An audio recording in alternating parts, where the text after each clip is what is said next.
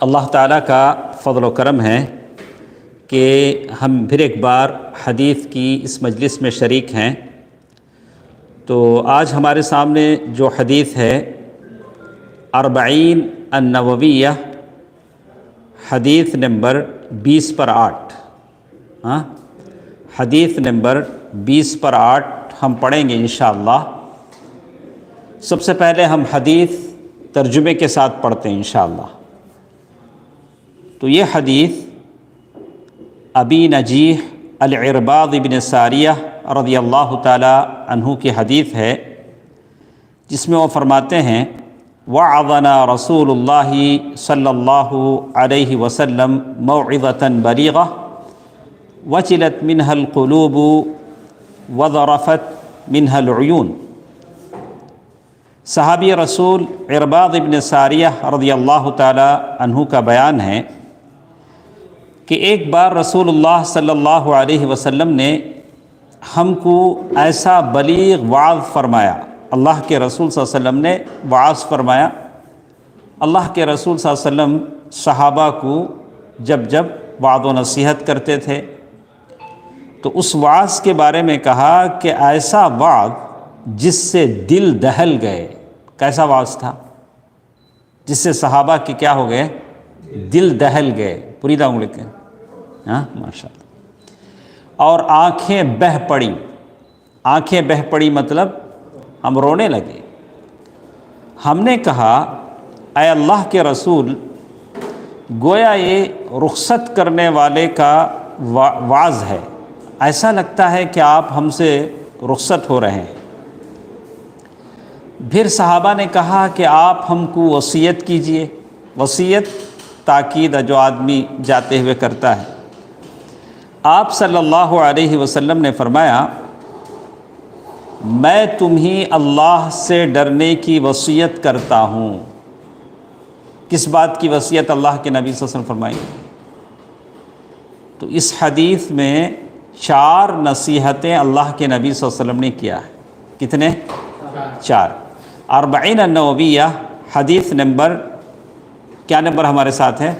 28۔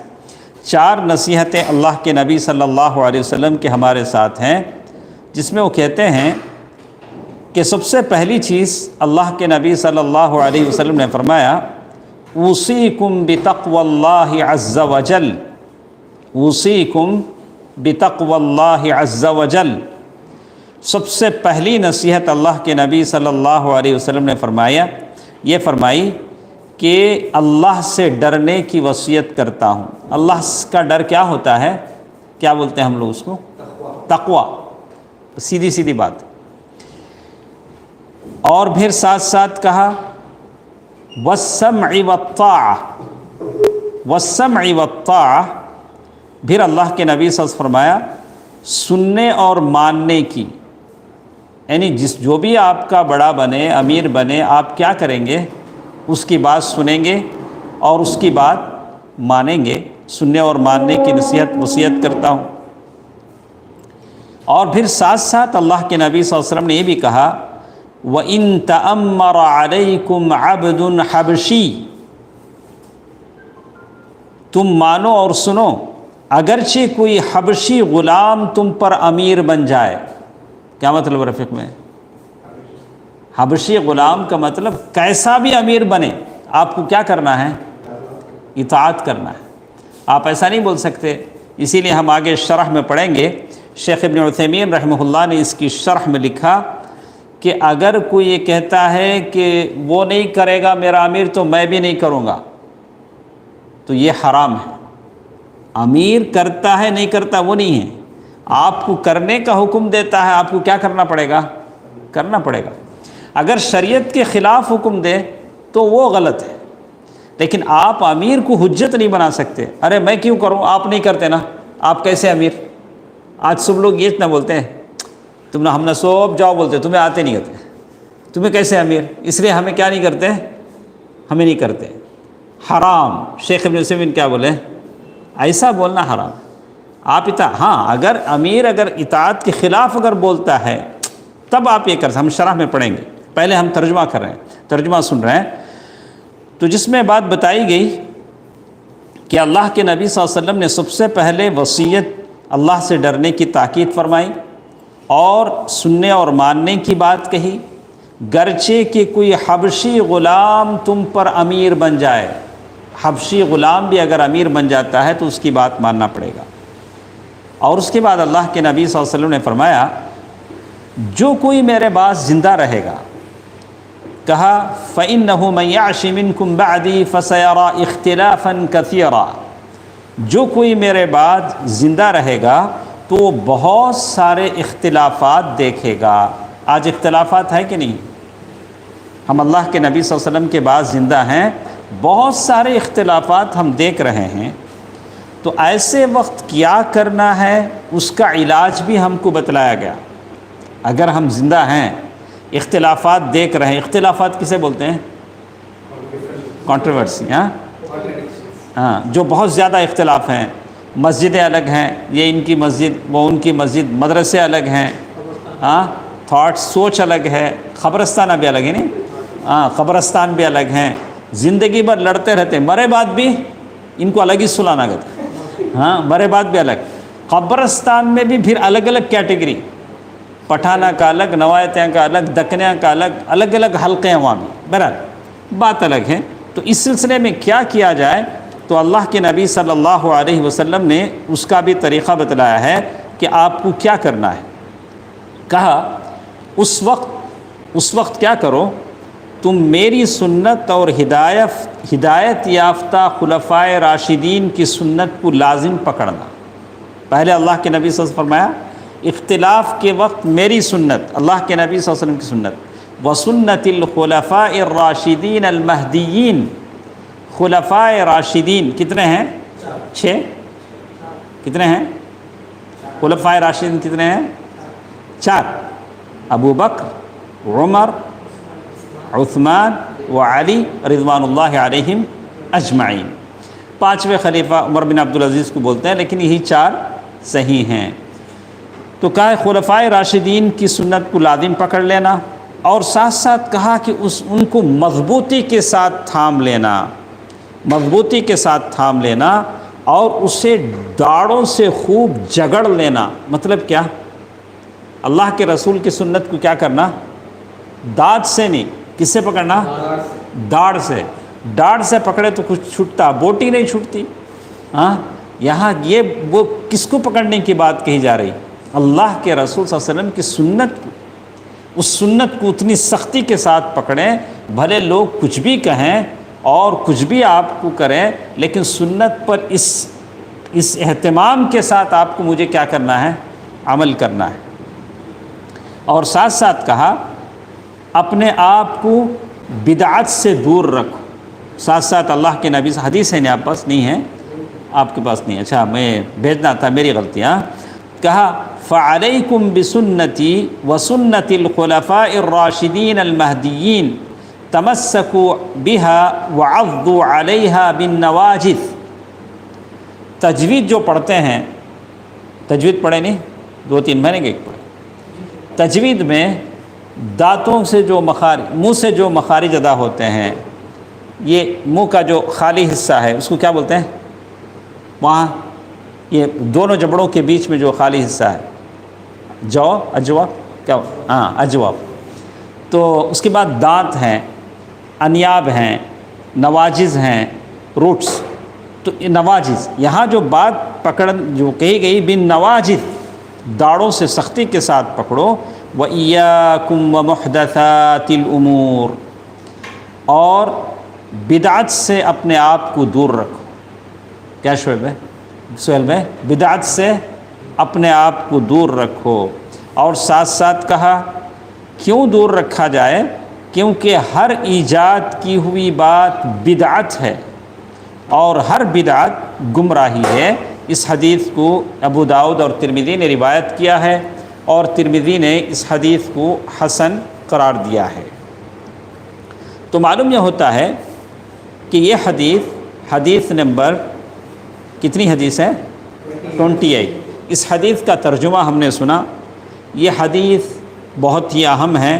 سب سے پہلے میں آج کے اس درس میں اس کے مختصر اس حدیث سے کیا سمجھ میں آتا ہے وہ آپ کو بتا دیتا ہوں، پھر ہم شیخ ابن عثیمین رحمہ اللہ کی شرح ہم پڑھیں گے، دوسرے مشائخ ہیں، شیخ فوزان ہیں، اور دوسری شرح بھی ہم پڑھیں گے۔ جب تک شرح نہیں پڑھیں گے یہ حدیث پوری ہمارے سمجھ میں نہیں آئے گی۔ تو یہ حدیث میں کتنی باتوں کی وصیت اللہ کے نبی صلی اللہ علیہ وسلم نے کیا ہے شعیب صاحب؟ میں بتایا اس حدیث میں اللہ کے نبی صلی اللہ علیہ وسلم نے کتنے باتوں کی وصیت کی ہے؟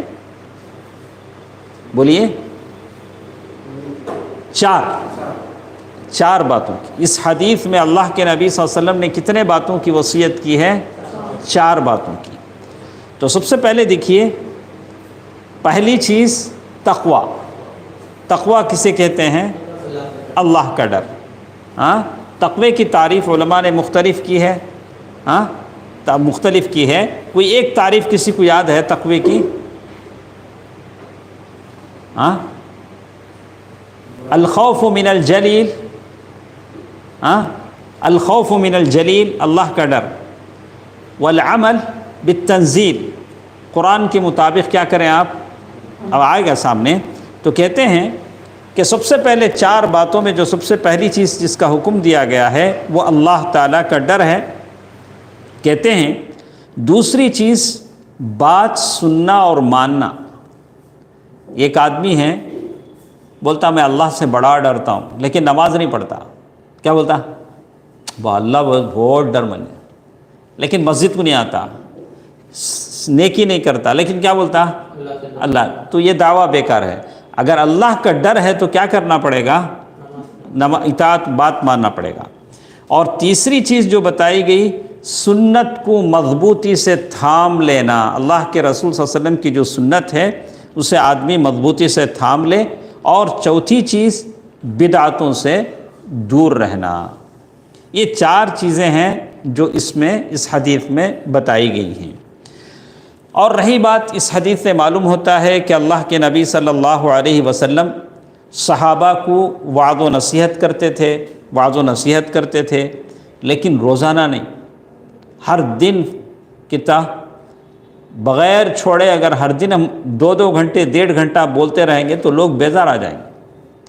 اللہ کے نبی صلی اللہ علیہ وسلم جنہوں نے کہا اوتیت جوامع الکلم، اللہ کے رسول صلی اللہ علیہ وسلم روزانہ نصیحت نہیں کرتے تھے، چھوڑ کے وقفے سے نصیحت کرتے۔ کہا کیونکہ ہر روز کی نصیحت اکتاہٹ کا باعث ہو جاتی ہے۔ عبداللہ بن مسعود رضی اللہ تعالیٰ عنہ فرماتے ہیں، حدیث کو غور سے سنیے، لیکن اس حدیث پر ہمارا عمل نہیں۔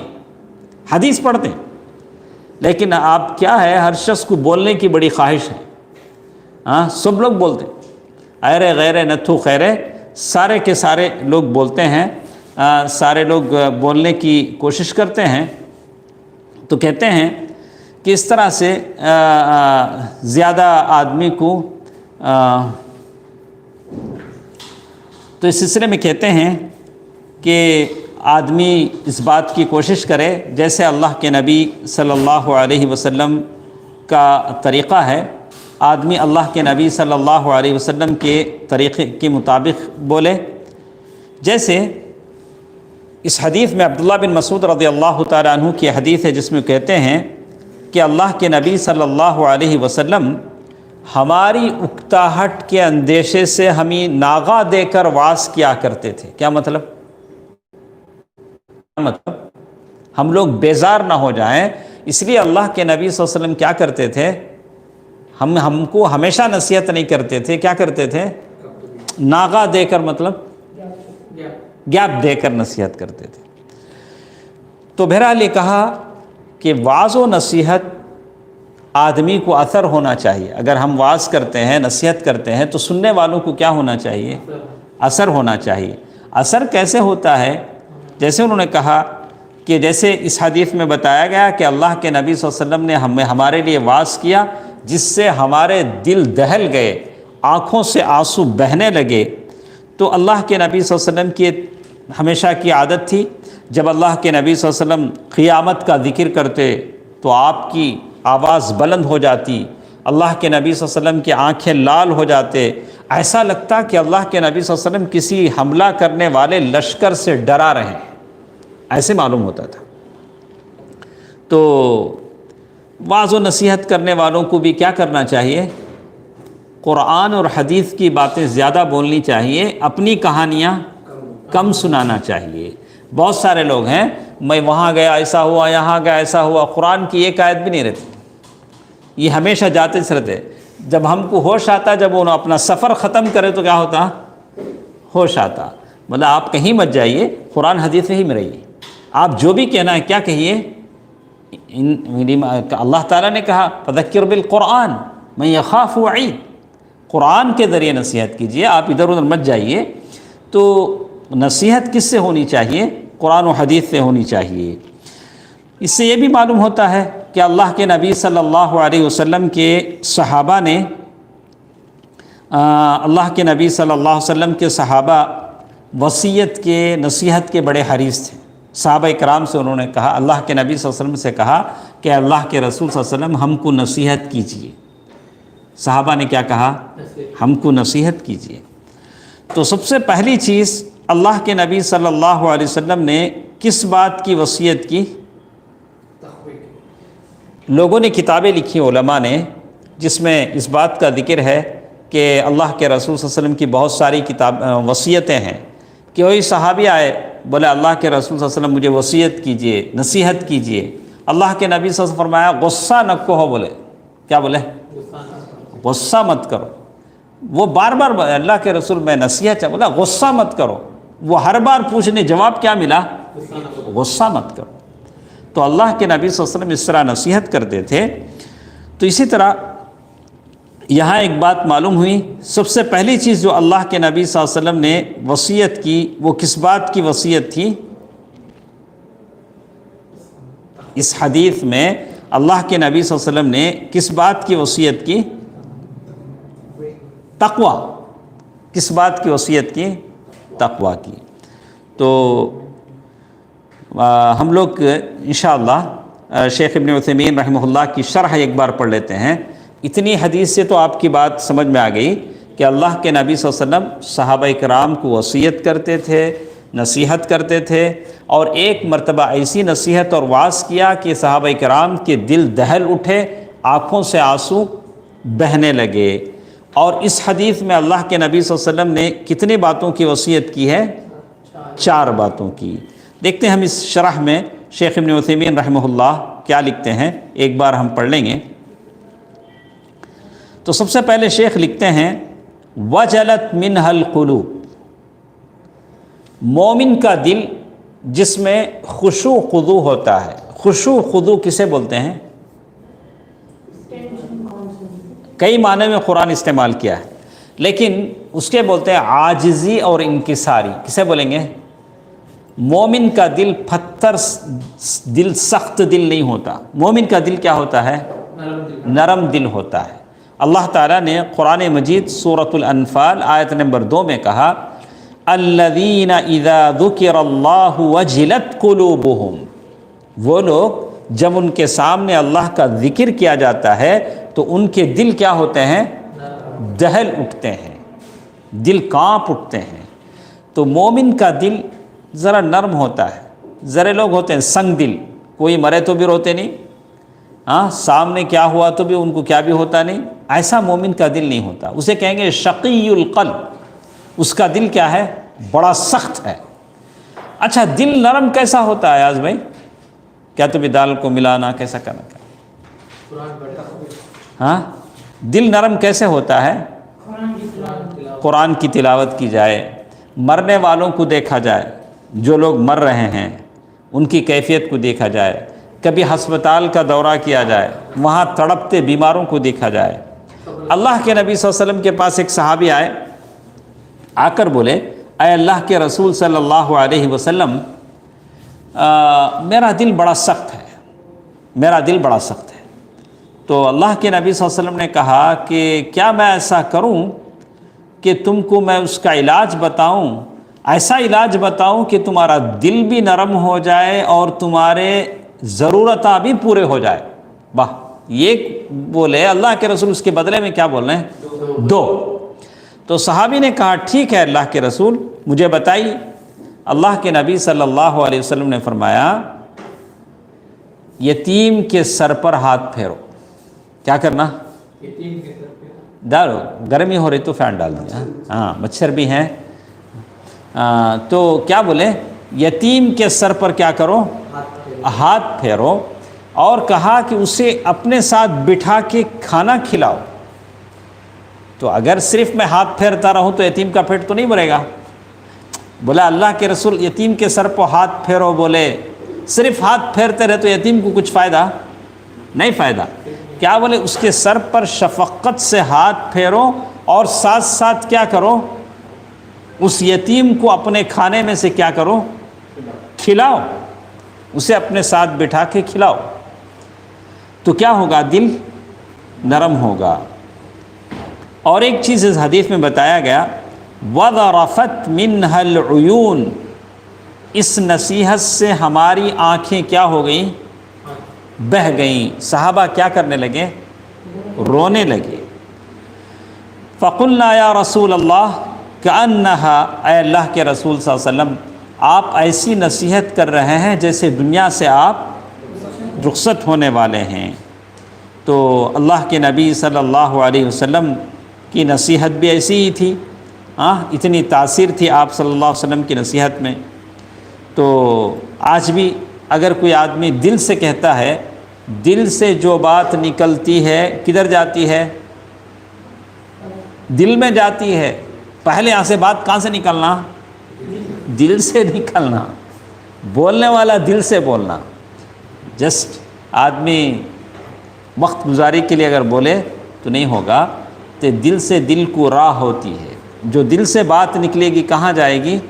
دل میں جائے گی. اسی لیے کہتے ہیں کہ اللہ تبارک و تعالیٰ قرآن مجید میں کہتے ہیں کہا کہ کسی بھی بیان میں، وعظ میں تاثیر کب آتی ہے؟ تاثیر کسے بولتے ہیں؟ اثر.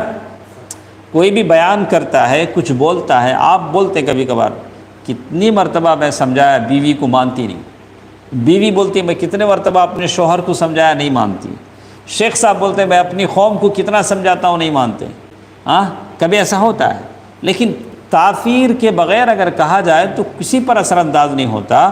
تو شیخ ابن عثیمین لکھتے ہیں کہ کسی بھی بات میں تاثیر پیدا ہونے کے لیے تھوڑے اسباب ہیں. اسباب بولے تو کیا؟ ریزن. فرسٹ الموضوع، ٹاپک. جس ٹاپک پہ آپ بول رہے ہیں وہ ٹاپک وہاں کیا ہونا؟ سوٹ ہونا. یہ شادی کی محفل ہے، وہاں جا کو جنازے کے آداب بولے تو لوگ کیا بولیں گے؟ واہ واہ بولیں گے. جنازے کے محفل میں آپ کو شادی کرنے میں کیسا رہنا، کسی عورت سے شادی کرنا، شادی ولیمہ نہیں بول. ہر جگہ کی گفتگو کرنے کا ایک موقع ہوتا ہے. ہر جگہ بات کرنے کا ایک ٹاپک، ایک موضوع ہوتا ہے. آپ اسی مناسبت سے وہاں بات کریں جو مناسبت وہاں ہیں. اور اسی طرح اللہ کے رسول صلی اللہ علیہ وسلم قبرستان میں ہیں، سارے صحابہ ہیں، ابھی قبر نہیں بن رہی ہے. اللہ کے رسول صلی اللہ علیہ وسلم نے نصیحت کیا کہ بندہ قبر میں دفنا دیا جائے گا، فرشتے آئیں گے، سوال و جواب کریں گے، ساری کیفیت. اللہ کے نبی صلی اللہ علیہ وسلم نے وہاں نکاح ولیمے کی بات نہیں کہی. پہلی چیز کسی بھی چیز کی اثر کرنے کے لیے کیا ہونا چاہیے؟ Topic correct. اس کے بعد وحال الواعظ، یہ جو واعظ کرنے والے کی جو حالت ہے، کوئی ناچتے کودتے دھمکتے اگر واعظ کرے گا تو سامنے والوں پہ اثر نہیں ہوگا. سامنے والا جیسے واعظ کر رہا ہے اس کے جو حرکات ہیں، سکنات ہیں، اس کے جو یہ ہیں، اس کو بھی سامنے والے کیا کرتے ہیں؟ اثر انداز ہوتے ہیں. تیسری چیز وانفعالہ، اس کے جو کیا بولیں گے، اس کے تاثرات، واعظ کرنے والے کے تاثرات کیسے ہیں. ایک تو واعظ کرنے والے کی حالت کیسی ہے. آپ دیکھیں گے کہ شیخ صاحب ہیں ماشاءاللہ اچھے ہیں، داڑھی رکھنے کی بات کہتے ہیں، لیکن شیخ صاحب کی حیت کیسی ہے، ان کی حیت کیسے لوگ دیکھتے ہیں، ان کا لباس کیسے ہے، ان کا حیت کیسے ہے، ان ساری چیزوں سے لوگ کیا ہوتے ہیں؟ اثر انداز ہوتے ہیں. اس کے بعد 4 نصیحتوں میں پہلی چیز ہمارے ساتھ تھی تقوی اللہ. کیا رفیق بھائی؟ پہلی چیز کیا تھی؟ تقوی اللہ۔ هذه الوصیہ، یہ جو وصیت ہے اللہ تبارک و تعالیٰ کی کتاب سورۃ النساء آیت نمبر 130 پر 1، اللہ تبارک و تعالیٰ نے اس میں کہا وَلَقَدْ وَصَّيْنَا الَّذِينَ أُوتُوا الْكِتَابَ مِن قَبْلِكُمْ وَإِيَّاكُمْ أَنِ اتَّقُوا اللَّهَ، سورۃ النساء آیت نمبر 130 پر 1، جس میں تقوی کی بات کہی گئی۔ آپ تقوی کسے بولتے ہیں؟ تقوی کسے کہتے ہیں عام طور سے؟ ہاں ماشاء اللہ۔ دیکھیں، طاعت اللہ، اللہ تعالیٰ کی اطاعت، اسے ہم انگلش میں کیا بولیں گے؟ اوبیڈینس، اللہ تعالیٰ کی بندگی۔ اللہ تعالیٰ کی بندگی اور اطاعت کیسے؟ بِامتثال امرہ واجتناب نہیہ، اللہ تعالیٰ نے جن باتوں کا حکم دیا آپ اسے کریں، جن باتوں سے اللہ نے روکا اسے آپ کیا کریں؟ رک جائیں۔ علی علم و بصیرہ، لیکن یہ جانتے ہوئے کہ یہ کرنے کا ہے یہ نہیں کرنے کا ہے، فرق ہے۔ ایک آدمی کو نماز پڑھنا ہے، اللہ کا حکم ہے بالکل معلوم ہی نہیں، لیکن وہ نماز پڑھ لے کو ہے۔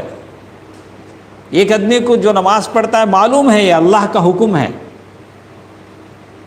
اس سے کیا ہوگا؟ اللہ کی بندگی میں اسے مزہ آئے گا، بولا کہ میں اللہ کی بندگی کر رہا ہوں۔ ایک آدمی پڑھ رہا ہے لیکن انجانا ہے، اسے معلوم نہیں کہ نماز پڑھنا ہے، روزہ رکھنا ہے۔ ایک آدمی جان بوجھ کر رکھ رہا ہے، اسی لیے کہتے ہیں علی علم و بصیرہ، دین پر چلنا ہے لیکن دین کو جانتے ہوئے چلنا ہے۔ یعنی بہت سارے ہیں عادتاً بہت سارے کام کرتے ہیں لیکن ان کو معلوم نہیں یہ سارے کام عبادتیں ہیں۔ اگر آپ کو معلوم ہے کہ آپ عبادت کر رہے ہیں تو آپ کی نیت عبادت کی ہو جاتی ہے، ثواب مل جاتا ہے۔ اسی لیے کہتے ہیں، اور ایک تقوی کی تعریف دیکھیے، پہلی تعریف کیا پڑھے ہم تقوی کی؟ اللہ تعالیٰ کی بندگی اطاعت۔ اس کی بندگی اور اطاعت کا مطلب ہے کہ اس کے حکموں کو ماننا جو کرنے کے ہیں، اس کی پابندیوں سے رک جانا جو نہیں کرنے کے ہیں، لیکن کس کے ساتھ؟ علی علم و بصیرہ، یعنی آپ جانتے ہو کہ یہ حلال ہے یہ حرام ہے، دونوں چیزیں، ٹھیک ہے۔ اس کے بعد اور ایک تعریف کہا ان تعبد اللہ، تقوی کے اور ایک تعریف کے بارے میں کہتے ہیں ان تعبد اللہ علی نور من اللہ، اللہ تعالیٰ نے جو نور آپ کو عطا کیا ہے اس کی روشنی میں آپ اللہ تعالیٰ کی عبادت کریں۔ ترجو ثواب اللہ، اللہ تعالیٰ کی ثواب کی امید کرتے ہوئے۔ یا ایک بات میں بتا دوں، صوفیوں کا ایک عقیدہ ہے، صوفی لوگوں کا ایک عقیدہ کسے بولتے ہیں؟ کانسیپٹ یا تھاٹ، ان کی ایک فکر ہے صوفیوں کی، کیا ہے کہ نماز جنت کے واسطے نہیں پڑھنا گیا، آپ اس سے کیا کریں؟ اللہ تعالیٰ کا اس کا ڈر آپ کے دل میں رہے۔ تقوی کی تعریف سمجھ میں آئے؟ ہاں، مختصر تعریف اتنا یاد رکھیں، اللہ تعالیٰ کی اطاعت اور بندگی کرنا، اس کا مطلب یہ ہے کیسے آپ کریں گے؟ بِامتثال امرہ واجتناب نہیہ، اللہ تعالیٰ کی جو اطاعت ہیں، جو احکام ہیں اسے بجا لانا، اور اللہ نے جن کاموں سے روکا ہے اس سے رک جانا۔ علم آخری چیز، لیکن علم اور بصیرت کے ساتھ، اندھے ہو کر نہیں۔ یہ دیکھیے آگے کیا بولتے ہیں؟ ذنوب صغیرہا و کبیرہا ذاک التقی، ایک عربی شعر انہوں نے لکھا شیخ ابن عثیمین نے، خلی الذنوب، گناہوں کو چھوڑ دو، صغیرہا و کبیرہا، رتی ہو یا حتی ہو، گناہ چھوٹا ہو یا بڑا ہو، اسے کیا کرو تم؟ چھوڑ دو۔ ذاک التقی، یہی چیز کیا ہے؟ تقوی ہے۔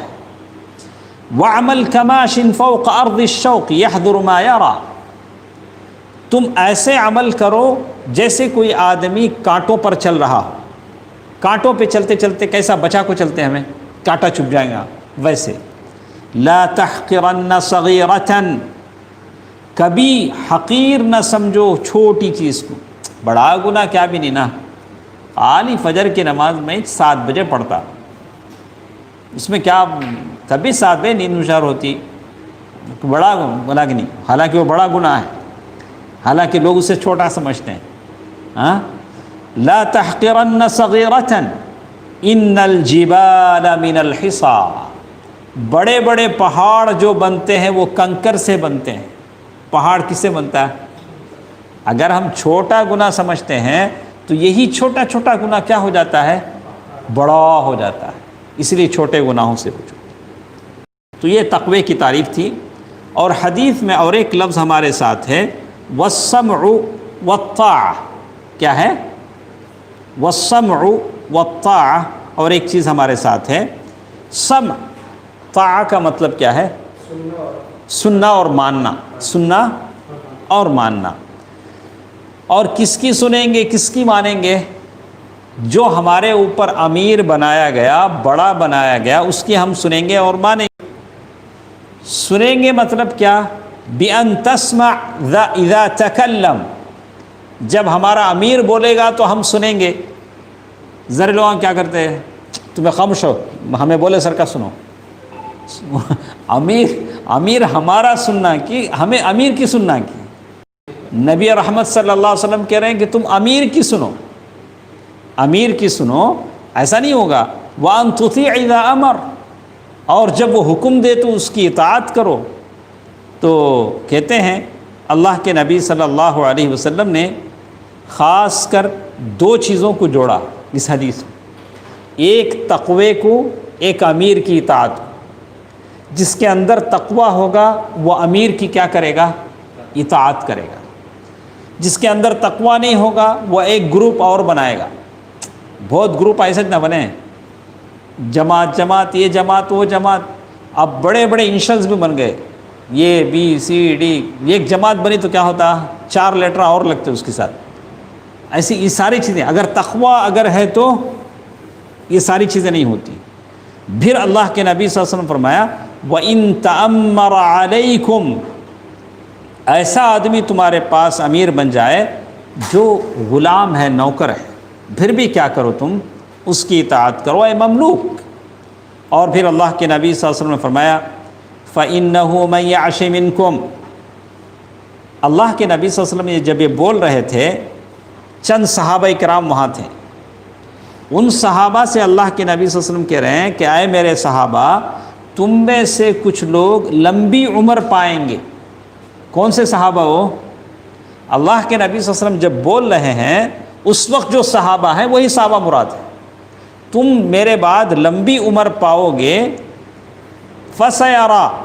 تو تم کیا دیکھو گے؟ اختلافاً کثیراً فی العقیدہ. بہت زیادہ اختلاف تم دیکھو گے. کس میں؟ عقیدے میں. وفی العمل. عمل میں. وفی المنہج. منہج میں. اور ایسا ہی ہوا.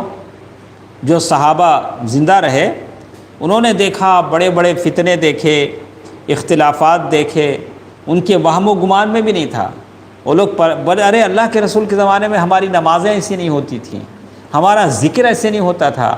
عبداللہ بن مسعود رضی اللہ تعالیٰ عنہ، انہوں نے کچھ لوگوں کو دیکھا گول مجلس میں بیٹھے ہیں، سب کے سامنے کنکریاں ہیں. یہ 100 مرتبہ اللہ اکبر اللہ اکبر سبحان اللہ بولتا. اس کے بعد پھر دوسرا بولتا. وہ اب پریشان ہو گئے. بولے کہ ارے اللہ کے رسول صلی اللہ علیہ وسلم کے برتن ابھی ٹوٹے نہیں، کپڑے ابھی پرانے نہیں ہوئے، تم لوگوں نے کیسی کیسی بدعتیں ایجاد کر دیں. تو ایسے صحابہ کرام نے بہت سارے اختلافات دیکھے. پھر اللہ کے رسول صلی اللہ علیہ وسلم کتنا ٹائم ہوا؟ ہاں نہیں، ہم لوگ شروع کر کے کتنا ٹائم؟ 40. تو اللہ کے نبی صلی اللہ علیہ وسلم نے اس اختلاف سے بچنے کا ذریعہ بتلایا کہ کیسے اس اختلاف سے بچا جائے. ہاں، اللہ کے نبی صلی اللہ علیہ وسلم نے اس اختلاف سے بچنے کا ذریعہ بتایا. جیسے اللہ کے نبی صلی اللہ علیہ وسلم نے فرمایا فَعَلَيْكُمْ بِسُنَّتِي. آج اکثر لوگ ہم سے پوچھتے ہیں شیخ صاحب آپ ایسا بولتے، انہوں ویسا بولتے، انہوں ایسا بولتے، ہمیں کدھر جانا، کس کی بات ماننا؟ ہم لوگ کیا جواب دیں گے ان کو؟ ارے کیوں پریشان ہوتے ہو؟ اللہ کے نبی صلی اللہ علیہ وسلم نے جیسے کہا ویسے کرو نا۔ کیا کہا اللہ کے نبی صلی اللہ علیہ وسلم نے؟ فَعَلَيْكُمْ بِسُنَّتِي، میری سنت کے مطابق چلو۔ اور وَالْمُرَادُ بِالسُّنَّةِ، سنت کی تعریف کیا کہتے ہیں؟ سنت کسے بولتے ہیں؟ الطریقۃ التی هو علیہا صلی اللہ علیہ وسلم۔ سنت کسے بولتے ہیں؟ اللہ کے رسول صلی اللہ علیہ وسلم کا وہ طریقہ جو اللہ کے نبی صلی اللہ علیہ وسلم نے صحابہ کرام کو بتلایا۔ تو دین میں کوئی بدعت ایجاد نہ کرے، اور اللہ کے رسول صلی اللہ علیہ وسلم کی شریعت سے ہٹ کر اپنا راستہ آدمی نہ بنائے۔ ہاں، کہا والمراد بالسنہ ہنا الطریقۃ التی هو علیہا صلی اللہ علیہ وسلم فلا تبتدعوا فی دین اللہ عز وجل ما لیس منہ۔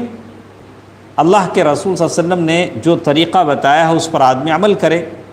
وسنت الخلفاء الراشدین، اللہ کے رسول صلی اللہ علیہ وسلم نے بعد میں کہا کہ میرا طریقہ اور خلفائے راشدین کا طریقہ۔ خلفائے راشدین کتنے ہیں؟ 4۔ الخلفاء وہ کون ہیں؟ وعلی رأسہم ابو بکر الصدیق رضی اللہ عنہ، وہ پہلے خلیفہ ہیں۔ اللہ کے رسول صلی اللہ علیہ وسلم کو ابو بکر رضی اللہ تعالیٰ عنہ کو خلیفہ کس نے بنایا؟ ہاں بولو با، آپ بولیں گے کوئی؟ اللہ کے رسول نہیں، مطلب اللہ کے رسول ابو بکر رضی اللہ تعالیٰ عنہ کو نامنیٹ کس نے کیا؟ کس نے بنایا کہ میرے بعد آپ سنبھالو؟ کس نے بنایا؟ اللہ کے رسول صلی اللہ علیہ وسلم۔ اس کی دلیل کیا ہے؟ ہاں، ایک تو ادریس بھائی بولے نماز۔ آپ جانتے ہیں کہ اللہ کے نبی صلی اللہ علیہ وسلم کے پاس ایک عورت آئی، خاتون آئی، آ کر ایک مسئلہ دریافت کیا، ایک مسئلہ پوچھنے کے بعد اس خاتون نے کہا کہ اللہ کے رسول، میں ایک بار بعد میں آؤں، اگر آپ نہ رہیں تو میں کس سے پوچھوں؟ تو اللہ کے رسول صلی اللہ علیہ وسلم نے کیا کہا؟ ابو بکر سے پوچھو۔ تو اس وقت ہی کیا ہو گیا تھا اللہ کے رسول صلی اللہ علیہ وسلم کے بعد؟ جیسے مثال ذلك اتته امرأة فی حاجۃ لہا، ایک عورت اپنی ایک ضرورت لے کر آئی، تو اللہ کے نبی صلی اللہ علیہ وسلم نے اس کے لیے وعدہ کیا، بولا کہ شاید اب تو نہیں، بعد میں ہو سکتا ہم وعدہ کرتے ہیں، تو کوئی چیز دینے کا وعدہ کیا۔ تو وہ عورت نے کہا کہ یا رسول اللہ ان لم اجد، اگر آپ نہ رہیں تو میں کس سے پوچھوں؟ تو اللہ کے نبی صلی اللہ علیہ وسلم فرمایا ائتی ابا بکر، تب کیا کرو؟ ابو بکر سے پوچھو۔ وقال یأبی اللہ ورسولہ والمؤمنون الا ابا بکر، یعنی ابو بکر رضی اللہ تعالیٰ عنہ کو اللہ کے رسول صلی اللہ علیہ وسلم نے اسی وقت یہ کر دیا۔ اس کے بعد کیا ہوا؟ جو مسجد نبوی تھی، آس پاس کے سارے گھروں کے راستے مسجد نبوی سے نکلتے تھے، وہاں سے لوگ گزر سکتے تھے۔ اللہ کے نبی صلی اللہ علیہ وسلم نے سارے راستے بند کروا دیے سوائے ابو بکر کے۔ اور آج بھی آپ مسجد نبوی کے ایک دروازے پر دیکھیں گے خوخۃ ابی بکر، وہاں لکھا ہوا ہے۔ ہاں، تو یہ اس طرح سے بھی بات تھی۔ وَجَعَلَهُ خَلِيفَةً فِي الصَّلَاةِ بِالْمُسْلِمِينَ حِينَ مَرَضَ، جب اللہ کے رسول صلی اللہ علیہ وسلم بیمار ہوئے تو اللہ کے نبی صلی اللہ علیہ وسلم نے ابو بکر کو کیا کیا؟ میری جگہ کھڑے ہو کر تم نماز پڑھاؤ۔ تو اللہ کے نبی صلی اللہ علیہ وسلم نے، ابو بکر رضی اللہ تعالیٰ عنہ نے اللہ کے نبی صلی اللہ علیہ وسلم کی زندگی میں 17 نمازیں یا کچھ زیادہ ابو بکر رضی اللہ تعالیٰ عنہ نے پڑھایا۔ تو معلوم یہ ہوتا ہے، اسی طرح اللہ کے نبی صلی اللہ علیہ وسلم نے 9 سن ہجری میں ابو بکر رضی اللہ تعالیٰ عنہ کو امیر الحج بنایا۔ حج کے جو امیر ہوتے ہیں، اس کے بعد کون خلیفہ ہوئے ابو بکر کے بعد؟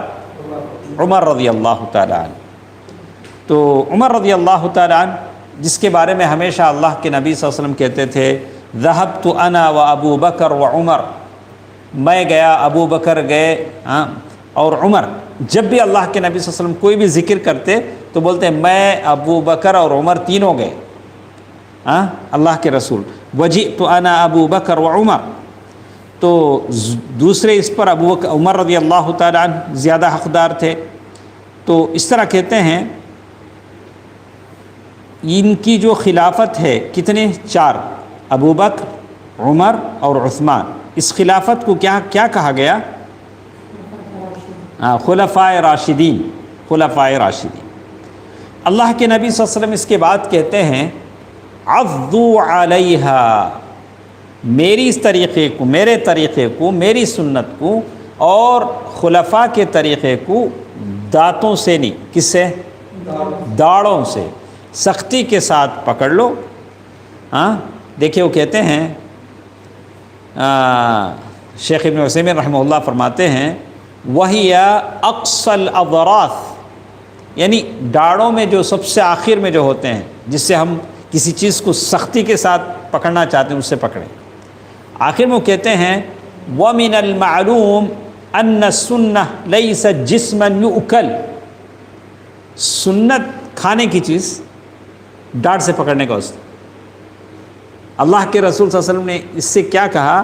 کنایۃً عن شدۃ التمسک بها، کھانے کی چیز کو جس طرح تم سختی سے ڈاڑھ سے پکڑتے ہو ویسے کسے پکڑو؟ سنت کو پکڑو. حالات کیسے بھی ہوں، جیسے ہم لوگ بعض جگہ جاتے ہیں سنت پر عمل کرنے ہم کو شرم آتی ہے. کسی ایسی جگہ چلے گئے جہاں سارے لوگ نیچے ہاتھ باندھتے ہیں، ہم کو اوپر ہاتھ باندھنے میں شرم آتی ہے، ارے سب ادھر باندھتے ہیں. کبھی ایسا ہوتا ہے، پر لیکن اب نہیں ہے ماشاءاللہ. اب تو ماشاءاللہ بہت سارے لوگ ہیں جو اوپر ہاتھ باندھتے ہیں، سنتیں ہیں. کبھی مسواک کرنے میں کسی کو شرم محسوس ہوتی ہے، بہت ساری سنتیں ہیں. داڑھی رکھنے میں کسی کو شرم محسوس ہوتی ہے، ایسا آدمی کو نہیں کرنا چاہیے. ہاں اچھا، وہ تو بہت بڑی بات ہے، اللہ تعالیٰ بچائے. اس کے بعد وہ کہتے ہیں ان الانسان یتمسک بہذہ السنہ، آدمی سنت کو بہت سختی کے ساتھ پکڑ لے. اور پھر اللہ کے نبی صلی اللہ علیہ وسلم نے ڈرایا وَإِيَّاكُمْ، بچو، کس چیز سے بچو؟ بدعت. بدعت کو کیا کہیں گے؟ انوویشن. انوویشن کیا ہے؟ بدعت. بدعت سے بچو.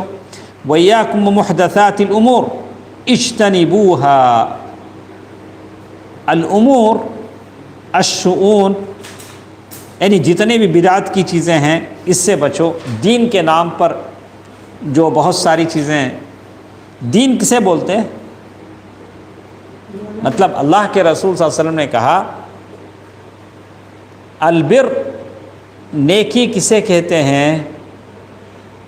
نیکی اچھائی ہے، حسن الخلق، اچھے اخلاق ہیں، یہ اللہ کی اور اس کے رسول کی باتیں ہیں. والاثم ما حاک فی صدرک، گناہ وہ ہے جو تمہارے دل میں کھٹکے. اچھائی اور برائی ہماری عقل پہچانتی نہیں، شریعت بولتی یہ چیز اچھی، یہ خراب. کون بولنا؟ ہماری عقل بولنا، شریعت بولنا؟ ہاں نہیں. جیسے انہوں نے بولا کہ اب اس حدیث میں کیا ہے، تمہارا دل اگر کوئی کام کرتے ہوئے کھٹکے تو سمجھو کہ وہ برائی ہے، لیکن وہ دل پہلے اچھا رہنا. ایک آدمی گناہ کرنے والا ہے، اسے عادت، ذرا اتنا گناہ کرے تو دل کھٹکتا نہیں، ابھی ابھارتا، واہ واہ چل چل کرو کرو. اللہ کے رسول صلی اللہ علیہ وسلم جن سے یہ بول رہے ہیں صحابہ سے بول رہے ہیں. صحابہ کے دل تو بالکل قلب سلیم تھے. تو دل پہلے کیا ہونا چاہیے؟ اچھا دل کھٹکتا، برا دل کیا کرتا؟ اسے یہ کرتا ہو، ابھارتا. تو اچھائی اور برائی یہ شریعت بتاتی ہے، عقل نہیں بتاتی. آج جتنے کام ہم بدعتیں کر رہے ہیں کس بنیاد پر کر رہے ہیں؟ ہم کو اچھا لگا، اچھا کام ہی تو کر رہے ہیں. تو اس لیے لوگ کیا ہو جا رہے ہیں؟ بدعتوں کا شکار ہو جا رہے ہیں. اسی لیے کہا فَإِنَّ كُلَّ مُحْدَثَةٍ بِدْعَةٍ، اس لیے کہ ہر وہ نئی چیز جو ایجاد کی جاتی ہے دین میں وہ بدعت ہے، اور ہر بدعت گمراہی کی طرف لے جانے والی ہے. تو یہ حدیث ہمارے ساتھ تھی. حدیث نمبر کتنا ہے؟ 29. اس کے فوائد آج پڑھیں گے، کل پڑھیں گے 28 اس کے فوائد پڑھنا ہے. کتنا ٹائم ہو ہمارے پاس؟ 40 منٹس 50 بس. اس حدیث کے انشاءاللہ کل ہمارے ساتھ بنے رہیں.